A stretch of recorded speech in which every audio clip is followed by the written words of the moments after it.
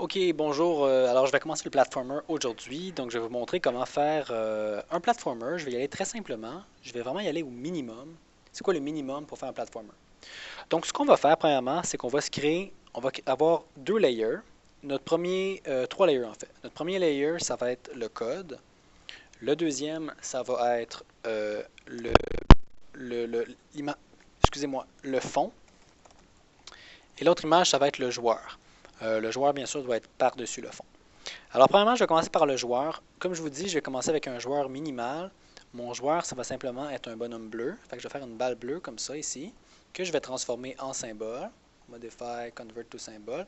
Je vais l'appeler joueur. Et je vais lui donner un nom. Oh, ça c'est un bouton. Je vais recommencer ça. Modify, convert to symbol. Movie clip. Je vais l'appeler joueur. Et je vais l'appeler ici joueur. Alors, pour l'instant, je vais le laisser là. Alors, je vais barrer ça ici. Je vais barrer mon code et je vais aller dans le fond. Le fond, qu'est-ce que ça va être? Le fond, je vais simplement faire un rectangle, OK, comme ça, que je vais transformer en symbole. Je vais le mettre à 0, 0 pour commencer avant, comme ça ici. Je vais le transformer en symbole et je vais l'appeler fond. Donc le fond, ça va être une image qui va se déplacer de gauche à droite et de haut en bas. OK, gauche, droite, haut, bas.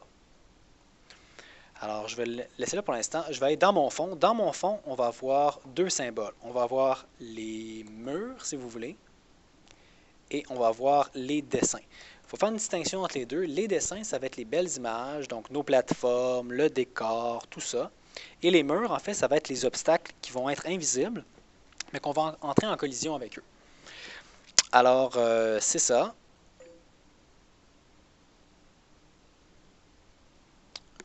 Excusez-moi. Alors, bon, ce qu'on va faire, premièrement, dans le dessin, comme je vous dis, ça va faire des nuages, puis un ciel bleu, puis tout ça. Pour l'instant, on ne fera pas de dessin. On va simplement faire des murs. Donc, pour des murs, ce qu'on va faire, je vais les faire en gris, comme ça. Je vais me faire des Je vous conseille d'y aller avec des carrés ou des rectangles. Moi, ici, je vais faire des carrés de 10 par 10. OK, tous mes murs vont être 10 par 10 comme ça. Alors, ça ici, cette espèce de carré-là, je vais le transformer en symbole. Convert to symbole, je vais l'appeler mur. Et là, ce qui est bien important, vous voyez la petite croix est en haut à gauche du mur. Mon bonhomme, mon joueur, l'idée c'est qu'il va entrer en collision avec ça. Il va pouvoir marcher là-dessus, il ne pourra pas les traverser. Donc, ce qu'on fait si on veut faire des murs, c'est qu'on prend ça ici et on va aller l'étirer. En passant, si vous ne voulez pas que ça étire en haut et en bas, comme moi ici, vous tenez la touche enfoncée Alt au fond, donc ça va étirer juste dans un seul sens. Là, je ne sais pas pourquoi il bug comme ça. Ok, je prends ça ici, je l'étire, je tiens Alt, ok, ça marche. Donc moi, mon niveau, premièrement, il va être comme ça. Et là, si on va en faire un autre, oups, l'idée c'est de copier notre mur. On va prendre un autre mur dans notre librairie ici. Et c'est toujours l'étirer soit à l'horizontale ou soit à la verticale. Mais c'est bien important que la croix reste en haut à gauche. Très, très important. Donc, ce que je vais faire, c'est que je vais juste faire un niveau comme ça. Et je vais étirer ça ici comme ça vers la droite. Je vais copier ça, je vais en mettre un autre en bas. Donc, je me crée des murs pour faire mon niveau. Comme ça ici. Mon niveau, il peut dépasser de l'écran. Ce qu'il faut comprendre, c'est nous, ce qu'on va voir, c'est ce qui est sur le stage ici. Et là, le niveau va se déplacer. OK, le niveau va se déplacer autour de notre personnage. Donc, ce n'est pas notre personnage qui va bouger, mais le niveau qui bouge autour de notre personnage. Si vous y pensez bien, quand vous jouez à Mario, Mario ne bouge jamais. Mario est toujours au centre de l'écran. Qu'est-ce qui bouge? Eh bien, c'est le niveau. Alors, mon niveau va être comme ça pour commencer.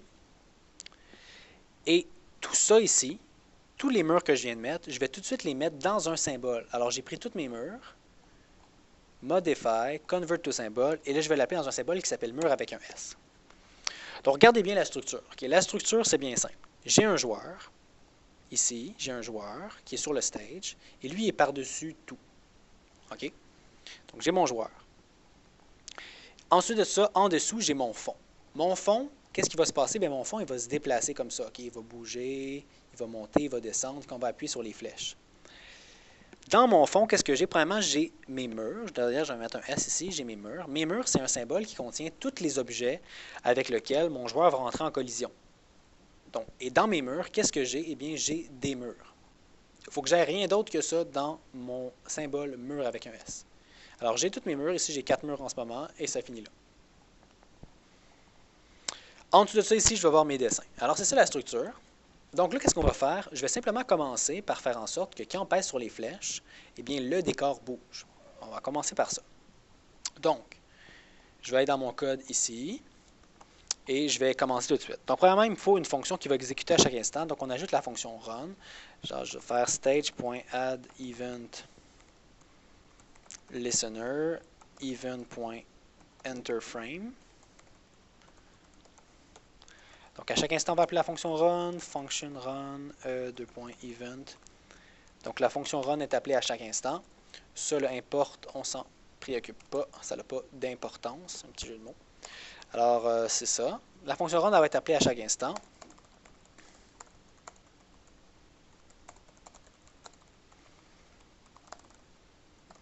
Et c'est ça. Donc, la fonction run va être appelée à chaque instant. Là, il faut une fonction quand on appuie sur les flèches du clavier. Donc, quand on appuie sur une touche du clavier, je vais simplement commencer par faire en sorte qu'on puisse bouger gauche ou droite. Donc, je vais faire stage.add_event_listener. Ça va être un... Oups, j'ai écrit listener 2 fois, ok. Ça va être un keyboard event. Et ça va appeler la fonction keyIsDown.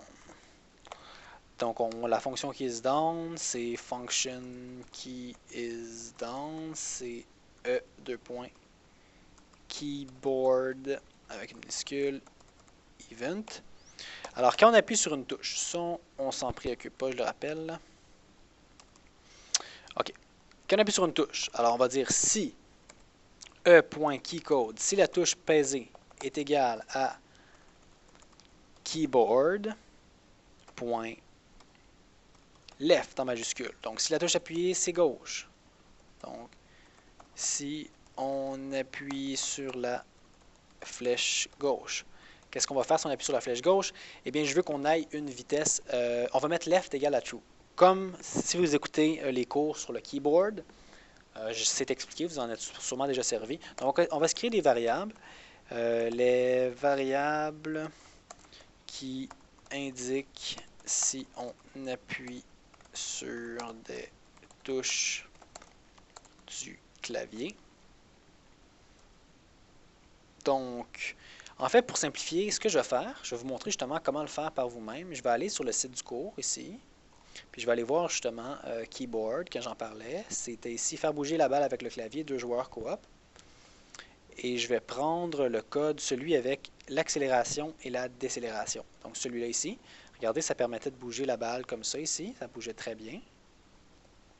Donc c'est ça que je veux faire. Alors je vais ouvrir Keyboard 4. Puis je vais m'inspirer largement du code de Keyboard 4. Alors on va essayer d'ouvrir Keyboard 4. Keyboard 4 est là. On va aller copier le code. Donc, dans Keyboard 4, qu'est-ce qu'on avait? On avait toutes ces variables-là ici qu'on va copier. Et on va aller les coller ici dans notre programme. Donc, j'étais ici, je vais coller ça là. Ça, c'est les variables qui indiquent quelle touche est enfoncée. Ça, c'est ce que je suis en train d'écrire. Donc, je viens de coller toutes ces variables-là. On a vitesse en X, vitesse en Y, la vitesse maximale. Après ça, l'accélération en X, l'accélération en Y, l'accélération maximale. Et la décélération maximale. Et on a ici gauche, haut, bas, droite. Donc pour l'instant, on va juste servir de gauche-droite. Je vais retourner voir Keyboard 4. Dans Keyboard 4, qu'est-ce qu'on faisait? Bien, le code était là. Si on appuie sur la touche gauche, la touche droite, ainsi de suite. Donc je vais juste copier ces deux-là, gauche et droite. Alors je vais aller ici. Je vais juste coller ça. Alors si on appuie sur la touche, la flèche gauche, on fait ça. Si on appuie sur la flèche droite, ça fait autre chose.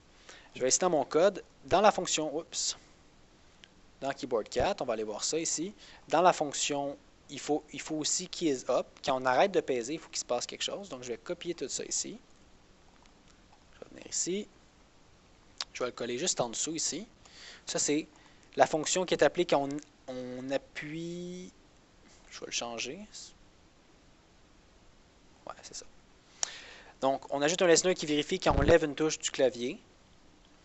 Alors, je vais juste enlever up et down pour l'instant. On va juste garder haut et bas. Donc, quand on arrête d'appuyer sur gauche, on la met à false. Quand on arrête d'appuyer sur droite, on le met à false. Je retourne ici finalement. Et finalement, il restait la fonction run. Donc, la fonction run, je vais tout copier. Puis, je vais aller faire du ménage. Donc, je copie tout ça. Et je vais retourner dans mon platformer. Puis je vais coller ça dans Run. Donc dans Run, qu'est-ce qui se passait? Là, on va le lire. Alors dans Run, qu'est-ce qui se passait? On a l'accélération. Au début, l'accélération, c'est 0. Si la touche gauche est enfoncée, alors on soustrait l'accélération. On lui soustrait l'accélération maximum. Donc, en fait, c'est que l'accélération devient l'accélération maximum, mais négative.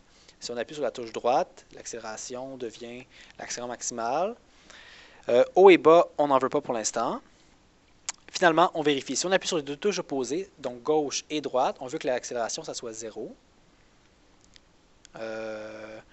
Et si on ne touche ni à gauche ni à droite, on veut commencer à décélérer. Donc, on va enlever ça ici. Si on appuie ni à gauche ni à droite, on décélère. Donc, l'accélération devient une décélération.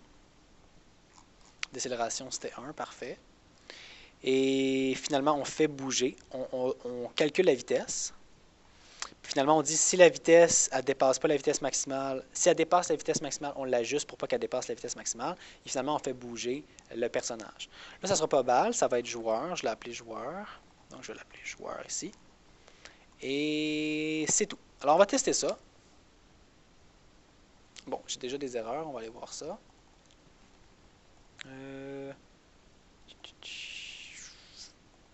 Ah, c'est keyboard-event.keydown. J'ai oublié mon keydown ici. Alors, c'est tout. On essaye ça. Alors, pour l'instant, qu'est-ce qui se passe? On voit que c'est, quand je pèse à gauche ou à droite, qu'est-ce qui bouge? C'est mon personnage. Moi, comme je vous ai dit, je ne veux pas que ce soit mon personnage qui bouge, je veux que ce soit le décor qui bouge. OK, on pourrait faire un platformer où c'est le personnage, mais moi, je veux que ce soit le décor qui bouge. Donc, ce qu'on va faire, c'est qu'au lieu de faire bouger le décor, on va faire bouger... au lieu de faire bouger le joueur, on va faire bouger le décor. Le décor, il faudrait lui donner un nom. Donc, je vais l'appeler ici fond. Donc, je vais faire bouger mon fond. Et là, pensez-y. OK, il faut juste penser à quelque chose. Quand j'appuie à droite, mon bonhomme, normalement, bouge à droite. Mais si je veux que ce soit mon décor qui bouge, quand je pèse à droite, je veux que mon décor est vers la gauche. Et vice-versa. Okay? Donc, ça va toujours être le contraire. Il faut qu'on fasse bouger le décor dans le sens contraire où on veut aller pour que ça soit réaliste. Donc, ce qu'on va faire ici, c'est qu'on va dire joueur plus égal, puis on va dire moins speedx. Pourquoi moins? Parce qu'on veut qu'il bouge dans le sens contraire de normalement. Et on ne dira pas joueur, on va dire fond. C'est le fond qu'on veut déplacer. Alors, si j'essaye ça, bien, on voit que c'est le décor qui bouge. OK, donc c'est le décor qui bouge quand j'appuie sur les flèches. Et quand j'arrête, ça ralentit. Là, si vous trouvez que c'est pas très fluide, il est à 24 frames par seconde. OK, donc c'est 24 frames par seconde, c'est correct. Alors, ça va bouger le décor comme ça ici. Là, c'est sûr que mon décor est partout pareil, donc ça n'a pas l'air de bouger. C'est pour ça justement que dans le fond, j'ai rajouté un espace dessin. Dessin, c'est pour dessiner ce que tu veux qu'il y ait dans le fond. Alors justement, je vais juste faire à semblant qu'il y a un décor. Donc très rapidement, je vais juste dessiner dans le fond là, des espèces de collines comme ça, pour faire à semblant qu'il y a comme des petites collines là. Et voilà comme ça, que je vais fermer par en dessous ici pour pouvoir le colorier. Alors je vais prendre le pocket de peinture, je vais colorier l'intérieur, ça ne marche pas. On s'assure de fermer les trous. Je vais supprimer l'excédent ici, comme ça. Et je pourrais même faire un petit ciel bleu, mais là, j'en ferai pas. Alors, ces collines-là, je vais même les mettre plus pâles un peu. Donc, je vais aller ici. Je vais aller dans les verts. Puis, je vais mettre pâle comme ça. OK, on va dire. Alors, là, maintenant, si je teste, là, on va voir que ça bouge vraiment bien. OK, on voit que le décor bouge. Et là, j'ai plus l'impression de bouger. Okay, même si regardez, mon bonhomme reste tout le temps à la même place, c'est mon décor qui bouge. Bon. Alors, ça fonctionne. Là, maintenant, ce que je vais ajouter qu'il y ait des collisions avec les murs. Okay? Je ne veux pas qu'on puisse traverser les murs comme on le fait présentement. Donc, on va ajouter des collisions. Alors, juste ici, ça, c'est ce qui calcule la vitesse. OK? Donc, ça, c'est ce qui calcule la vitesse. Donc, tout ça, je vais créer une fonction pour ça. Je vais créer une fonction qui va s'appeler calcul calcul speed. Donc la fonction calcul speed, elle va calculer la vitesse. Donc, calcule la vitesse du joueur. Alors, ça va être function calcul speed. Ça calcule la vitesse du joueur. Donc, tout ça ici, je vais l'enlever. Je vais faire CTRL-X, puis je vais le mettre dans calcul speed. Juste parce que je vous rappelle, il faut que ça soit simple à lire. Alors, qu'est-ce qu'on fait à chaque instant? On calcule la vitesse, puis après ça, on fait bouger la balle en fonction de sa vitesse. OK? Donc là, c'est rendu logique. Et on ne fait pas bouger la balle, on fait bouger le décor en fonction de sa vitesse. Alors, calcul speed, ça, c'est ce qui dépend si on appuie les touches et tout ça. Là, ce qu'on va faire, après qu'on a calculé la vitesse, on va calculer les collisions. Donc, je vais faire une fonction qui va s'appeler check collision. Collision, je me souviens plus s'il y a 2L. Collision a bien 2L. OK, donc on va faire une fonction qui vérifie les collisions. Puis après ça, on va faire bouger le bonhomme. Donc, fonction check collision. Donc, vérifie s'il y a une collision. Et si oui, ajuste la vitesse et la position du joueur. C'est ça qu'on va faire. Donc, on va faire function check collision. Comment vérifier les collisions? Bon, mais on va vérifier la collision entre le joueur et un mur. Okay? Donc, on vérifie s'il y a une collision. Je vais l'écrire un petit peu mieux. Entre le joueur et un mur Donc, ce qu'on va faire au début du programme, il faudrait qu'on ait la liste de tous les murs. Donc, ce qu'on va faire, juste après qu'on ait créé les variables ici, ce qu'on va faire, c'est on met tous les murs dans l'objet mur dans un array. Donc, on va se créer un nouvel array. On va créer un array qui va s'appeler var array, var memur, je vais l'appeler memur, 2.array est égal à un nouvel array. Et là, on va faire un petit for. On va se créer une variable, un compteur, var, on va l'appeler k2.int est égal à 0. On va dire for pour k est égal à 0, point virgule, k est plus petit que memur.length. Donc, ça veut dire pour chacun des murs, excusez, là, je dis n'importe quoi. OK, ça ne sera pas memur.length, ça va être fond.mur.numChildren. Point virgule, k plus égal 1. OK, ce que ça veut dire, ça, c'est qu'on va dire pour chacun des enfants dans l'objet mur qui est dans fond. Donc, si je le montre ici, ça, c'est fond. Dans fond, j'ai mur. Ça, c'est mur qui contient tous mes murs. Et dans mur, tout ce que j'ai, c'est des murs. Donc, moi, je veux faire la collision entre les murs et le reste. Alors, je ne veux pas que mon joueur puisse dépasser ça ici. Alors, ce qu'on va faire, c'est que tous ces murs-là, on va les mettre dans un array automatiquement au début du programme. Donc, c'est pour ça qu'on dit ici fond.mur.numChildren. Donc, pour chacun des enfants, ce qu'on va faire, on va dire memur.push. Donc, l'array qui contient les murs, on va lui ajouter un mur. Quel mur? On va lui ajouter fond.mur.getChildAt. Ça veut dire prends l'enfant à la position K. Donc, on va prendre l'enfant à la position 0, 1, 2, 3, 4, 5, 6, 7, 8, ainsi de suite, jusqu'au dernier enfant que contient fond.mur. Alors, on a mis tous les murs dans l'array memur. Okay, une fois que c'est fait, là, après ça, là, le programme commence. Ça, c'est les listeners pour quand on appuie sur des touches. Ça, c'est la fonction run qui est appelée à chaque instant. Ça, c'est vraiment le cœur de notre programme. Et ensuite de ça, on a calcul speed et check collision. Donc, check collision, on va regarder. On regarde si l'objet entrera en collision avec le mur.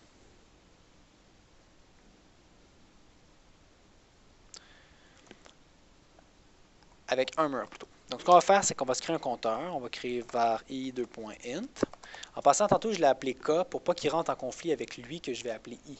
Okay? Vu que lui a été créé à l'extérieur d'une fonction, le k ici, il peut être utilisé dans n'importe quelle fonction. Donc, k, ça serait bien maintenant de plus s'en servir. C'est pour ça ici que je crée i dans une fonction. Ici, il n'y a pas de problème. Vu que i est créé dans une fonction, je peux parler de i ailleurs, puis ça ne fera pas référence à celui-là. Donc, on va dire pour i est égal à 0 jusqu'à i plus petit que mesMurs.length. Donc, pour chacun des murs, point virgule, i plus égale 1. Donc, pour chacun des murs, qu'est-ce qu'on va faire pour chacun des murs? On va regarder s'il y a une collision. On va dire si le joueur .hitTestObject, fait que s'il touche, s'il touche à un mur, fait que hitTestObject, s'il touche à mesMurs i, fait que s'il touche au ième mur, ben ce qu'on va dire, pour l'instant, ce qu'on va dire, ça va être trace collision. OK? Fait que s'il touche un mur, il va dire collision. Donc, on va essayer ça. Là, j'ai une erreur. L'erreur, c'est ligne 86. Ligne 86, il dit que j'ai oublié une parenthèse. J'ai oublié une parenthèse ici. On va tester ça. Alors là, normalement, quand je touche un mur, oups, il me donne une erreur. Le terme n'est pas défini, n'a pas de propriété. D'après moi, c'est ça ici qui ne marche pas. Parce que, regardez, l'erreur se crée dès le début, avant même que j'ai fait quoi que ce soit. Je vais juste enlever check collision puis calcul speed pour être sûr qu'il n'y a pas de problème. OK, donc étant donné que, regardez, l'erreur ici, ça se produit, même si j'enlève la fonction run, l'erreur se produit quand même. Ça veut dire qu'il y a une erreur, ici. C'est le seul code qui exécute au début. Donc, mesMurs, c'est un nouvel array. Fond.mur.getChildAt. OK, le problème, qu'est-ce que j'ai fait? Le problème, c'est que ici, ça c'est fond. Mais lui ici, j'ai oublié de l'appeler mur. Donc, il ne faut pas l'oublier, je l'appelle mur ici. Alors maintenant, si je teste, ça marche. Vous voyez, quand j'ai traversé le mur, ça a dit collision, collision, collision. Là, il faudrait qu'on arrête. Okay? Quand on touche au mur, il faudrait que ça l'arrête, que ça nous replace au bord. Donc, ce qu'on va faire, quand on va toucher un mur, on veut nous arrêter. Donc, check collision. Au lieu de mettre collision comme ça ici, on va dire collision égale true. OK, donc on va dire non. Je vais faire var collision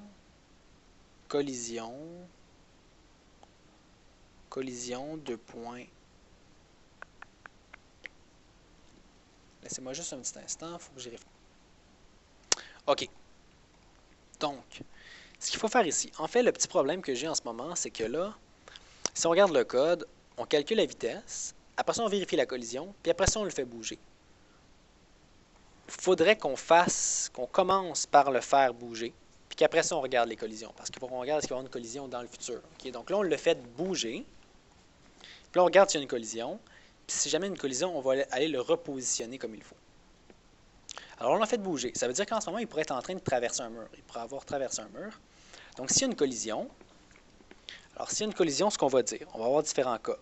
On va dire si speedx est plus grand que 0. Donc, si la vitesse, elle est plus grande que 0,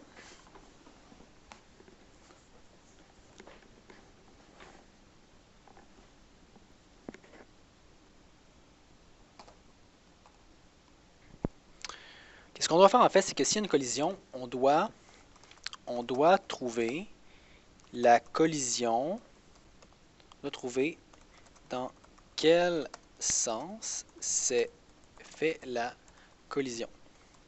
Parce que c'est bien beau de trouver qu'il y a une collision. OK, on a trouvé qu'il y a une collision, mais regardez, est-ce que, admettons, ici mon joueur, là, admettons qu'il fait une collision avec ce mur-là, est-ce qu'il l'a fait de la gauche, de la droite, d'en haut, comme ça, s'il a touché au mur comme ça par en haut, ou est-ce qu'il a touché au mur par en bas?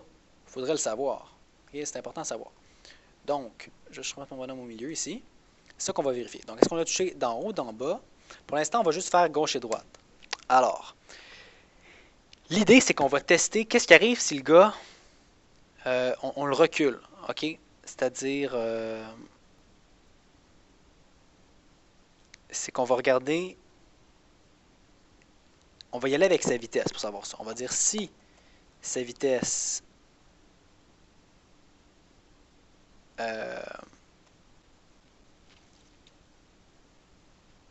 si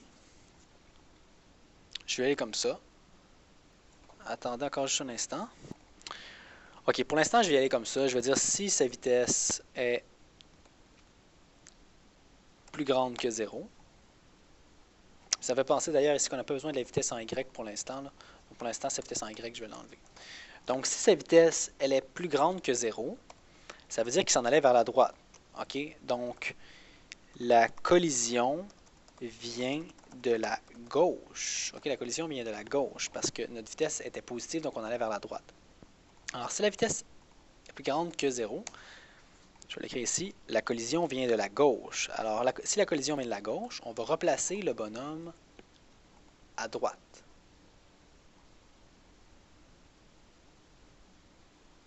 Donc, on va le replacer juste à droite. La collision vient de la, non, si la collision vient de la gauche, on va le replacer à gauche plutôt. Donc, ce qu'on va faire, c'est qu'on va dire le fond, c'est le fond qu'on veut déplacer. Donc, juste pour bien visualiser, je vais le faire ici.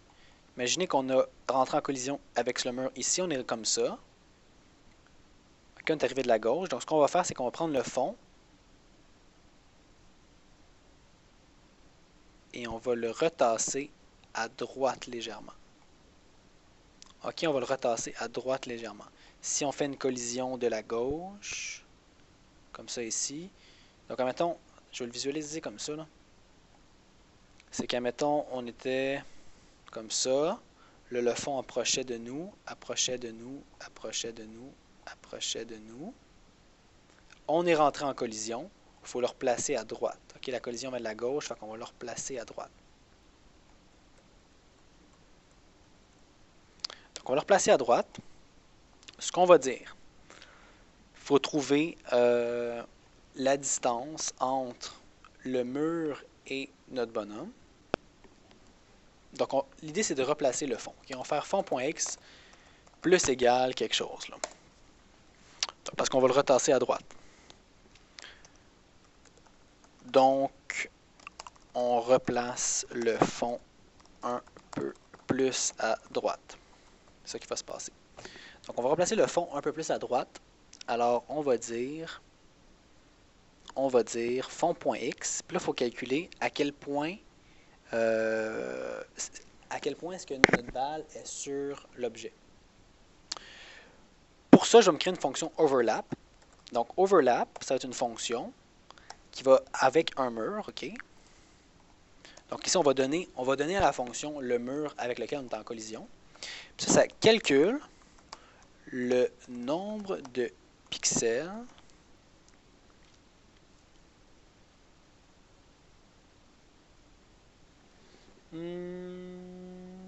non, je n'irai pas comme ça. Je n'irai pas qu'une fonction overlap. Je vais le faire directement ici. Donc, comment on va calculer?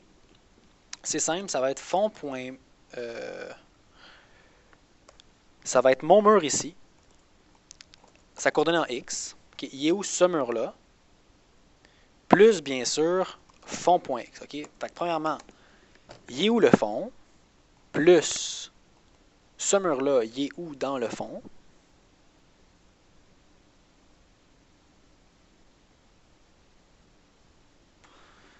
Je dois y penser comme il faut. Fait que, mettons, le fond, il est là. Ok, mettons, on y va avec ce mur-là. Ok, ici. Ce mur-là, son x est à 0. Okay, son x est à 0. Fait que son x est à 0. Supposons. On va dire que le fond est à... Là, il est à 223. Fait que le fond est à 223.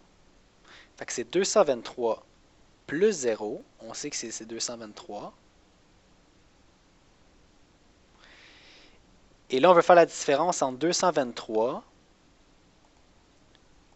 Donc, ça va être, si vous, je ne sais pas si vous le voyez, c'est la largeur de la barre. La largeur de la barre. Je vais le dessiner en rouge ici pour que vous le voyez bien. Ce qu'il faut faire, je vais le dessiner ici. Donc, on a ça. La distance, oups, je vais le dessiner en rouge. Cette distance-là ici, je vais l'écrire pour que vous compreniez bien, c'est le fond, point X, plus le mur en question, point X. OK? Je vais remettre ça en static text. En caractère, en Arial, en Verdana, vous allez mieux voir aussi, Verdana 15. OK, donc ça c'est fond.x plus mur.x, ça donne la longueur ici. Ça c'est joueur.x. Le joueur ne bouge pas d'ailleurs. Joueur.x. Nous, ce qu'on cherche comme distance, c'est ça ici. C'est à quel point qui s'enjambent un sur l'autre. Donc ça, c'est le point d'interrogation. Je vais l'appeler point d'interrogation. Comment trouver ça? Bien là, on le voit ici, c'est fond.x plus mur.x moins joueur.x. Ça donne ça ici. Ça donne la petite longueur là. Et donc, le code final, je vais l'écrire ici, ça va être le point d'interrogation, c'est la largeur de la balle, fait que joueur.width moins, fait que la largeur de la balle moins cette petite ligne-là. Puis cette petite ligne-là, comment on la calcule? C'est fond.x plus mur.x moins joueur.x. Alors ça, c'est le code qu'on va utiliser ici pour calculer à quel point qui s'enjambe. Puis après ça, on va tasser le mur de cette distance-là. Donc si je retourne dans mon code, alors le fond, on va le tasser de, comme j'ai dit, joueur.width, la largeur, moins, entre parenthèses, fond.x plus la position du mur, moins joueur.x. OK, ça c'est quand on fait une collision à partir de la droite. OK, je vais dire ici, sinon, si la vitesse est plus petite que 0, je fais une ligne pour que ce soit plus clair, alors la collision vient de la droite. La collision vient de la droite. Alors on va essayer de faire la même logique pour la suite. Alors si la collision vient de la droite, on va recommencer ça. Là, imaginez que la collision vient de la droite. Donc, c'était comme ça. Là, le mur s'en allait vers la droite, s'en allait vers la droite, s'en allait vers la droite. Et là, collision. OK, donc collision à partir de la droite. Là, ce qu'il faut faire, on va encore calculer la distance ici. On va vouloir le tasser vers la gauche. Donc, le mur, on va le tasser vers la gauche. Alors, premièrement, ce qu'on va faire, c'est que dans le code, on va y soustraire une valeur en X. Donc, on redéplace le mur un peu plus vers la gauche cette fois-ci. Et pour le replacer un peu plus vers la gauche, on va faire fond.x moins égal. Moins égal. Là, vous voyez, il faut prendre le temps de faire des calculs qui ont du sens. Là, sinon, vous allez travailler pour rien. Donc, on va le tasser de combien? Bon, dans mon dessin ici, je vais faire comme tantôt. Je vais me rajouter un autre layer. Je vais calculer la distance ici. Ça, c'est ce que je cherche. C'est une distance juste... je vais enlever le snap. Là. Je vais trouver la petite distance ici. Comment trouver... Oh, j'ai de la misère. Okay, je vais trouver la petite distance qui est là. Comment trouver la petite distance qui est là? Bon, ben c'est fond.x plus mur.x plus sa largeur moins la position de la barre. OK, regardez bien. Ça, c'est fond.x plus mur.x. La longue ligne que j'ai faite en bas. Moins la position de la barre.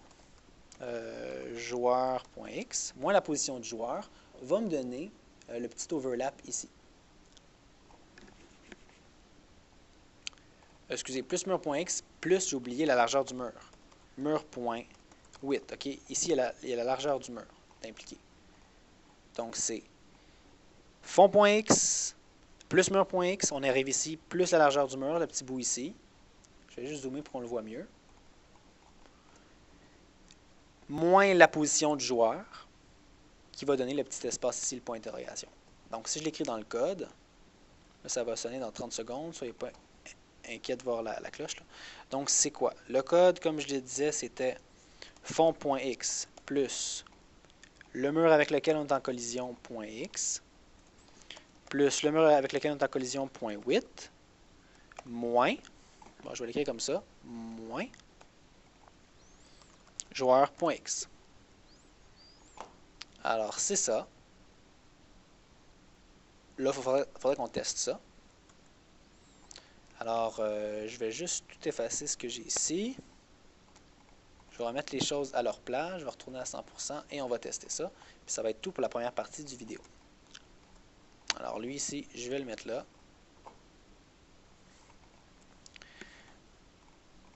Et j'y vais. Alors, on essaye ça. Bon, il ne trouve pas speed. Ah oui, parce qu'en bas ici, j'ai dit speed, mais c'est speedx. On réessaye ça. Alors, je m'en vais vers la gauche. Ça bloque. Parfait. Pac. Et de l'autre extrémité, ça marche aussi. Ça marche à la perfection même. Il y a juste un petit bug. Quand je suis collé sur le mur... Ah non, ça va bien. Ouais, quand je suis collé sur le mur puis j'appuie la flèche au fond, ça prend un petit peu de temps à décoller. Il faudrait voir pourquoi. D'après moi, c'est parce qu'il est trop collé. Fait qu'il pense qu'il y a encore une collision. Fait que ce que je ferais peut-être ici, c'est que je ferais plus 1. Juste pour qu'il soit un pixel à côté. Qu'il ne soit pas exactement en collision. Regardez. Regardez, ça fait une collision, un pixel à côté. Ah, j'ai encore le même problème. Donc, ça va être à vérifier. Donc, je vais essayer de faire cet ajustement-là dans la suite du cours. Mais là, regardez, les collisions fonctionnent. Puis ce que je vais vous montrer avec ça, c'est qu'on peut rajouter des murs facilement. Regardez, je vais juste prendre ça ici, dans mur. Prendre un mur. Je vais en rajouter un. Un petit mur juste ici. Puis ça va prendre 30 secondes. Puis vous allez voir maintenant, mon mur va être considéré par l'application. Alors, je l'essaye. Collision là. Collision là. Et c'est parfait. Tout fonctionne bien. Mon personnage ne dépasse pas les murs. Par contre, comme vous le voyez, il y a un petit problème. C'est que quand on est collé sur un mur, ça prend du temps un peu accéléré. Ah oui, je pense que j'ai trouvé pourquoi. Mais je vous en reparle. En tout cas, donc c'est tout pour cette vidéo-là. Dans la suite, on va rajouter qu'on peut sauter et que les collisions soient un petit peu plus fluides.